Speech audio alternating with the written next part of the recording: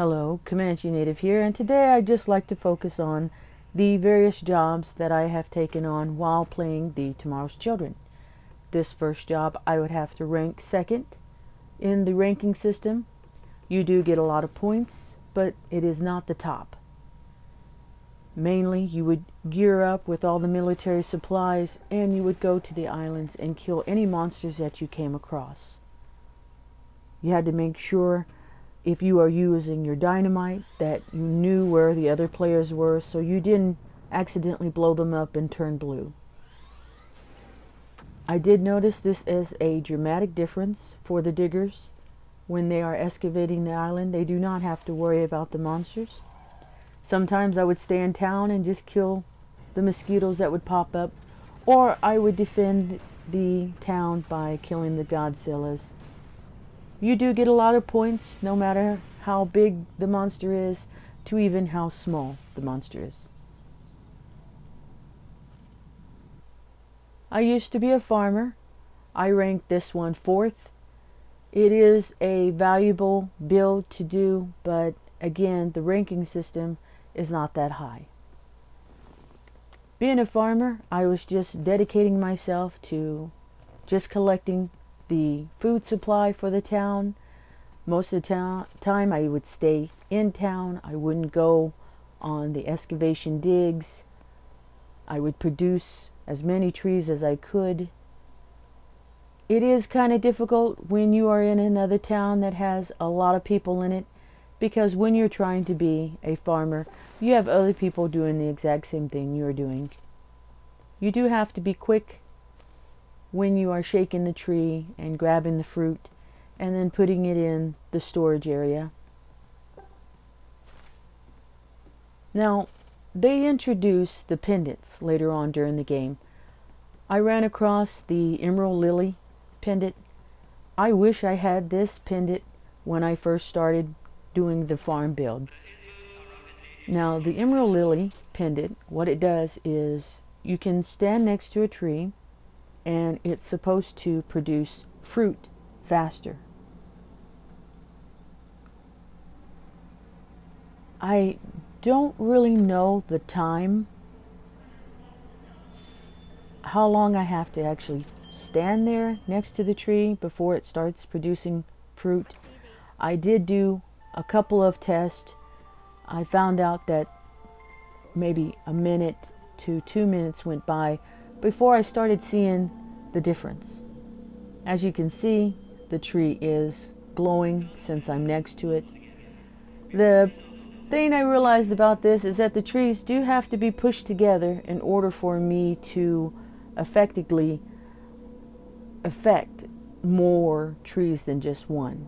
There is like a radius ring around each tree. Now, the bad thing about grouping the trees all together is when you shake the tree, the fruits will get stuck on top. And I did have a pendant on before, but it broke jumping down. Somehow managed to break the pendant. But I was so pleased at the fact that when I actually went on an excavation dig to just collect nothing but trees, the effects came with me. As you can see, the effect is still here. I'm on a dig. Now, this is all I would do being a farmer. I would cut the tree, I would collect the wood, I would sometimes collect the fruit that fell down, and that's all I did. I was just dedicating myself to just farming nothing but the trees and fruit that I came across for the town.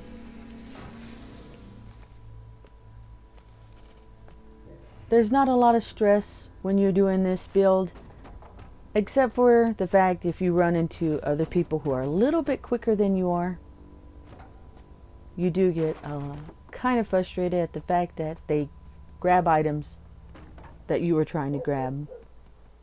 That was one thing about the game that was a little tricky. You know, you have to use the O button a lot to pick up the items and to move the items. Sometimes it just seemed like other people were just a little quicker than I was. The other build I tried was the gathering build, which I would just stay by the entrance where they would drop the supplies. Again, this was a little stressful because if you are in a town like I'm in right now, there's a lot of people here, so they're going to grab the items and then eventually it's all going to be gone. But I would have to rank this one second best. You do get a lot of points by being nothing but a gatherer in town.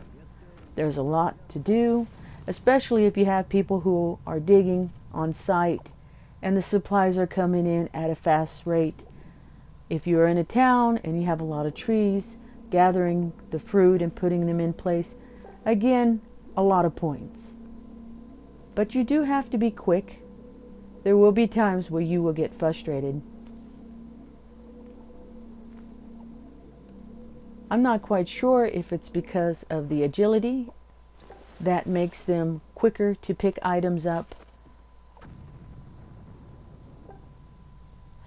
I also never quite found the cap for each supplies. I did go to a town that had 1,000+ supplies. If you do not like being a gatherer in town, you could be a gatherer at the island. Now I have to say, not a lot of people are doing this. The towns that I've been in, a lot of resources were thrown down to the ground when the island disappeared. There was a lot of resources that just melted away into the void. When you are gathering on site, diggers who see that someone is picking up the items they are throwing down, they will be more inclined to throw more items down. Some diggers are just only concentrating on getting the resources, not so much taking them to the loading dock. I would have to say the risk here is medium, only because sometimes you do run into some mosquitoes. And if you do not have a military person who is taking down those turrets, those mosquitoes can be overwhelming at times. Not a lot of stress here from other players. Maybe sometimes you'll get snubbed because they didn't like the fact that you took an item that they were just excavating. Some will just say, okay, well, since you're doing that, I'm just going to go on and move on to the next item to try to collect. The rewards are still the same as they were in town. So again, this is a second ranking. You could be a gatherer in town for a little while and then actually go on site and be a gatherer here. You can multiply your points to help you get up in the ranking. Like I was saying before, what I'm going to do is I'm going to take the resources once this person cuts down this tree. If the person didn't like it, then they would give me a snub because they think I'm stealing the resources.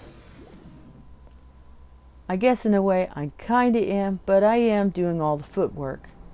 Having agility while doing this build would probably be the best. My agility isn't that high. So if you are a person who decides to gather on site, I give you a thumbs up because I do appreciate that, especially when I'm doing my digs, that someone is gathering the resources and putting them in the loading.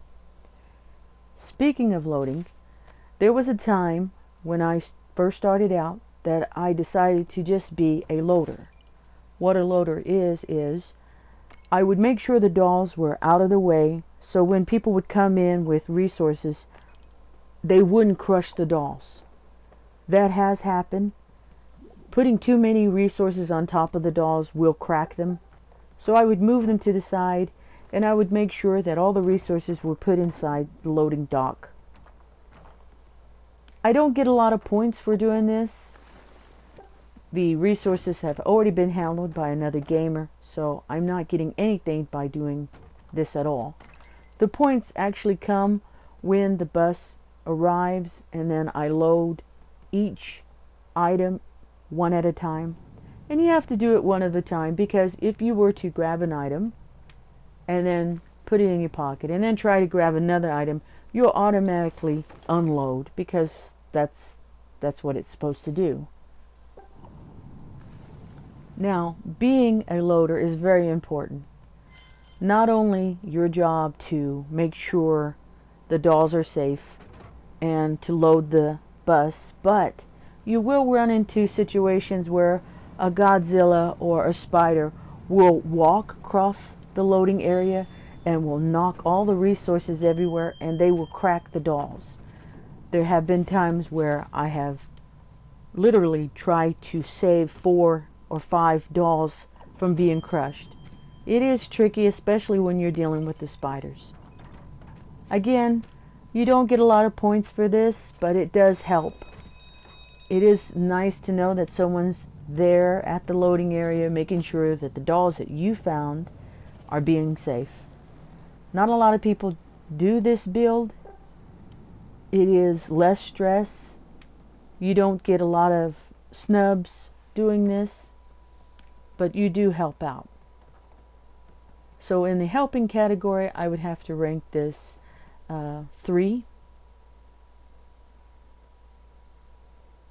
And if you are doing a loading build, I thank you for making sure the dolls that I collected are safe.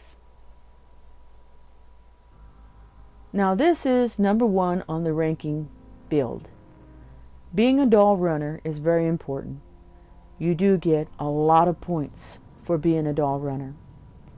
Now the trick of being a doll runner is you do have to stock up on ladders, and then you have to make sure you have a lot of umbrellas, and if you have access to a jetpack to reach the high areas, that would be a plus.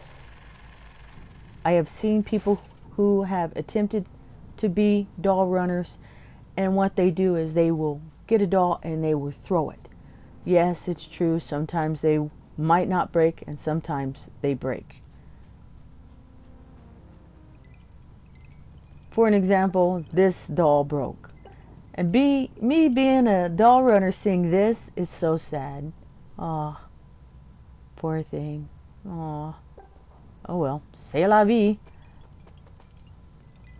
The trick about being a doll runner, you do need weapons because you will run across monsters, especially the mosquitoes.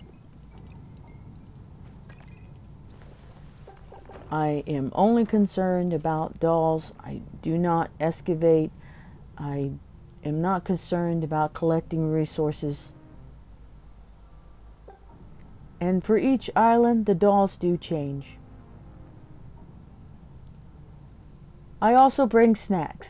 For an example, you saw my snack. I bring snacks because I'm up in a high area. I have a tendency to jump down and I'll injure myself. And when you are at half life and a monster comes up and bites you or stings you, you lay there and you just wait for a medic to come and heal you. If that doesn't happen, then you are back into town. Being a doll runner in a highly populated town is tricky because all the dolls will be taken. I have done a couple of videos of doing nothing but doll runs on certain islands. It is relaxing. There's not a lot of stress while doing this. Even if you run across some dolls that have been touched already, you still get the points by actually bringing them to the loading dock. You might not get the discover points, but you will get the points.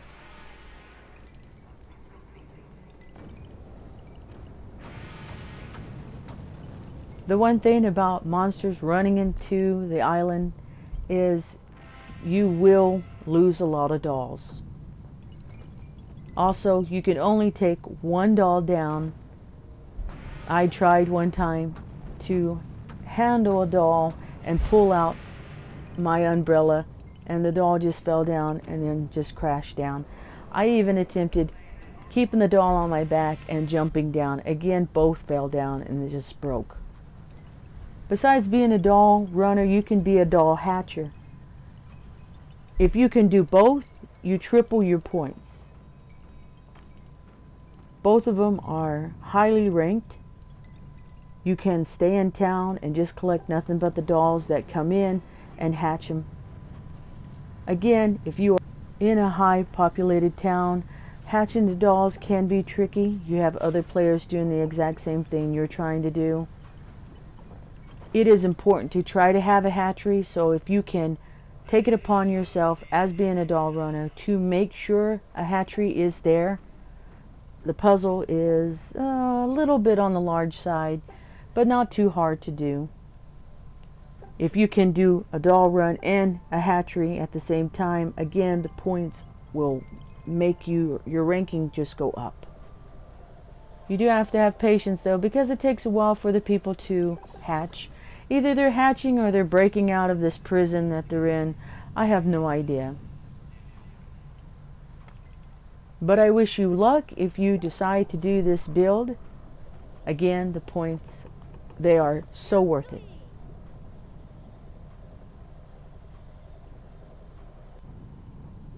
Now this build here is something that I did before I stopped doing builds and just exploring nothing but the islands. This one here I called a setup, and what I would do is I would go to these islands and just set up nothing but ladders. I would use my void powers to try to make pathways to objects that are floating in the air. I did notice that there is a difference. It did help other people who didn't have access to a jetpack to get into these areas and collect these resources. But doing this build, it is a low ranking build. It is almost identical to the military build. You are helping other players when they do digs, but the military build is higher ranking than this one. This is probably a very bottom of the low ranking build. I do get some points for using my void powers and setting up ladders, but not that many. Sometimes other players will use their void powers and they will knock your ladders down. Sometimes a monster will come through and knock your ladders down. When I do a setup, I sometimes bring dynamite with me.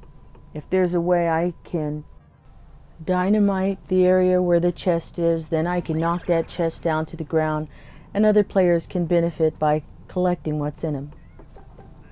Again, you do have to know the island that you are doing a setup for, because it is best to know where to go.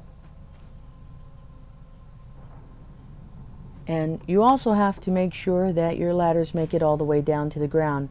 Sometimes they'll get hung up on items. These void powers are pretty nice. They do help to try to extend the ladders out a little bit.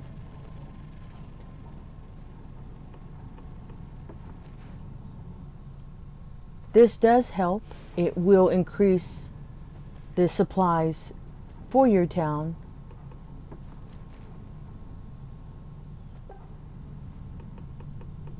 Sometimes you get people who will give you a thumbs up, especially if they see that you are setting up ladders for them to use. This is not very stressful. I haven't run into other players who give snubs for doing stuff like this. You will probably need a shotgun if there is nobody here killing the turrets.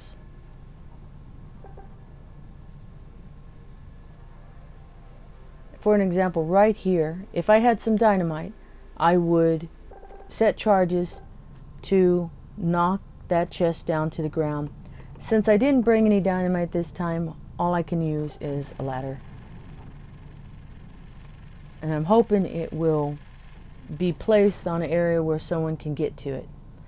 As you can see, there's some diggers already who are excavating the areas that I made a little pathway to. You will go through your void powers really quick. And right here, I'm just going to go ahead and dig so I can set a ladder up for anyone who decides to go and excavate this gold that is up here. Some players, if it's too hard to get to, they will not even bother.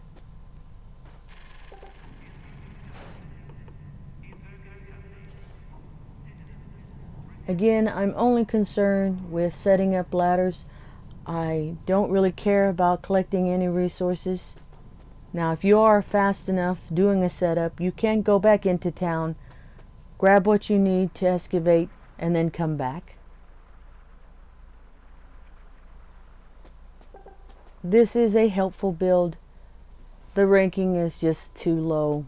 I think I did a setup for maybe 6 different islands, and then I stopped.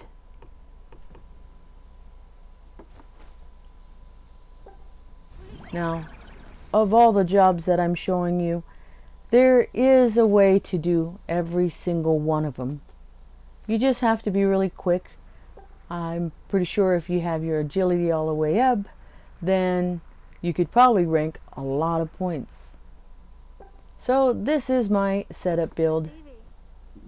What I'm going to do is do another setup on another island. This is just a picture that I wanted to show of my ladder still up.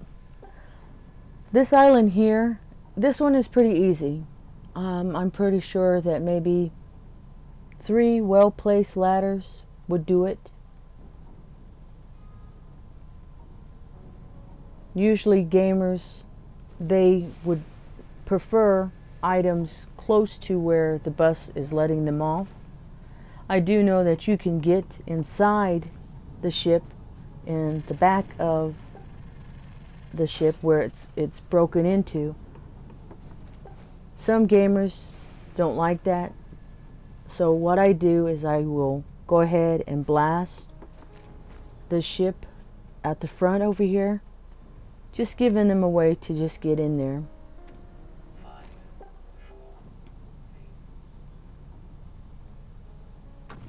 Doing a setup is rather easy. I wish they did offer a little bit more points for doing stuff like that. I do know that they have a help button now. It would have been nice to get credit for, okay, you set a ladder up, and this is how many people who use that ladder, and here's your points. That would have been nice. And I'm not really concerned about killing the monsters. I will let other gamers do that. I'm just focusing in on opening up the areas for them to go in there and excavate.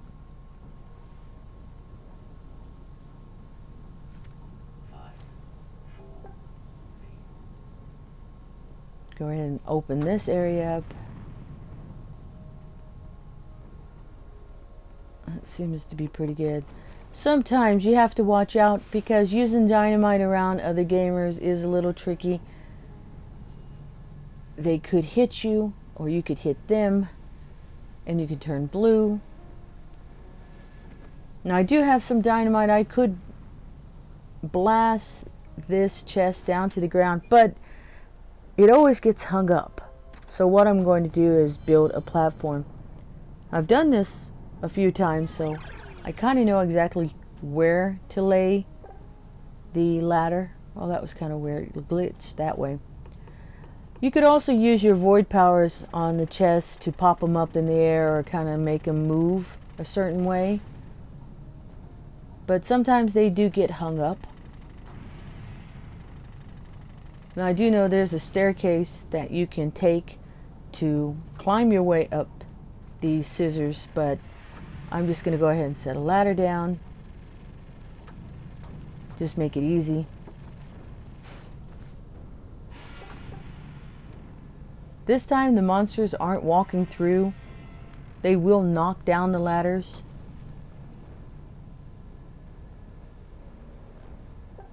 And as you can see, someone has already taken upon themselves to kill the turrets.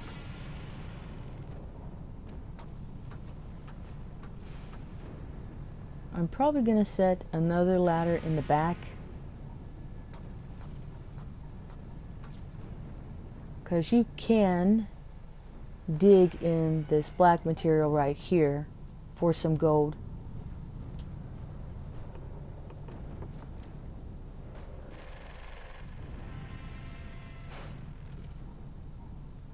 I'm going to lay down some dynamite. I might get a little too close to my ladder. Now, I don't quite understand why that happens, but even though the blast is clear from the ladder, sometimes the ladder would just break. And I think I got lucky and it didn't break, which is good. Sometimes I will dig to the area so the other people could get... Oh, wait. Yeah, it broke. I don't quite understand why that happens, but it does. Like I was saying, I could dig to the resource to help another digger out, but I'm just going to let them do it. Now, the two builds that I'm not showcasing in this video are the doctor builds. The doctor build was just healing people and carrying fruit for them and giving them light when they needed it. The other one is the benefactor build, which was just buying tools, checking out the island, seeing what they might need, and then buying tools from the store and putting them on the loading dock and letting them come to the island for other people to use.